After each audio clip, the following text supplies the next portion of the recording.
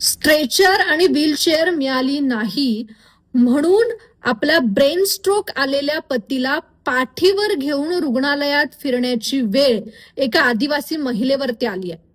अकोल्यातील शासकीय वैद्यकीय महाविद्यालय आणि रुग्णालयातील हा धक्कादायक प्रकार आहे.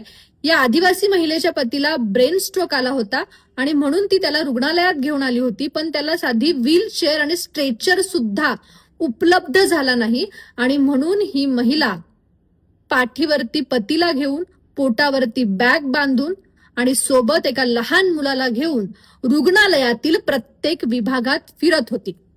आजूबाजूला सुरक्षा रक्षक होते, कर्मचारी होते, पण कुणालाही थोडीही माणुसकी वाटली नाही की या महिलेला मदत करावी.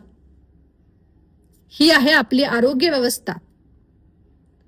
खरं तर आरोग्य व्यवस्था ही सामान्य आणि गरीब नागरिकांसाठी अत्यंत गरजेची अशी व्यवस्था आहे. किमान मूलभूत सुविधा आपल्या या शासकीय रुग्णालयांमध्ये एका गरीब आणि सामान्य माणसाला मिळाव्यात. पण आरोग्य व्यवस्थेला कधी जाग येणार आहे?